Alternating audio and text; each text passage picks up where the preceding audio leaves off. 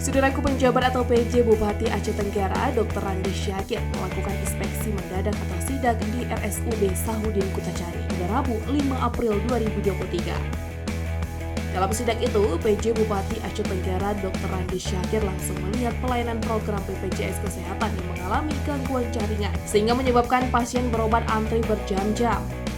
Selain itu, PJ Bupati Aceh Tenggara juga meninjau ruangan pasien yang sedang dirawat.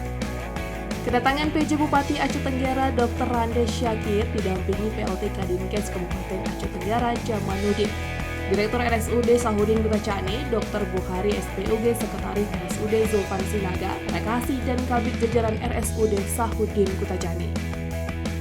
PJ Bupati Aceh Tenggara Dr. Randy Syakir memberikan apresiasi terhadap pelayanan kesehatan di Rumah Sakit Umum Daerah Sahudin Kutacani dan meminta kepada Direktur RSUD Sahudin Kutacani untuk segera meningkatkan pelayanan kesehatan terhadap pasien yang berobat dan dirawat.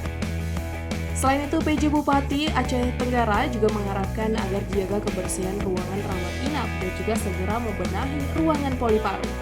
Agar khusus pasien paru dibuat pelang ruangan antrian dan diberikan jarak untuk pasien-pasien di poli yang lainnya. Lanjut, PJ Bupati Aceh Tenggara mengatakan adanya pasien yang lama antrian untuk daftar berobat karena jaringan internal BPJS Kesehatan terganggu di saat pasien ramai berobat. Pihaknya telah menghubungi pihak Telkom Aceh Tenggara agar mengupayakan jaringan optimal untuk pelayanan online di Rumah Sakit Umum Sahudin Kutacani. Dari Aceh Tenggara, Asnaud Lui, Tribun Gayo. Oke, baik.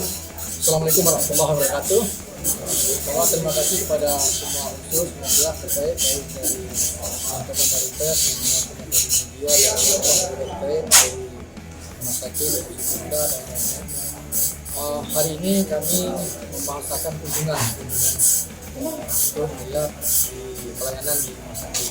Dari awal kita masuk problem pertama melihat ada keterlambatan loading internet di layanan di depan.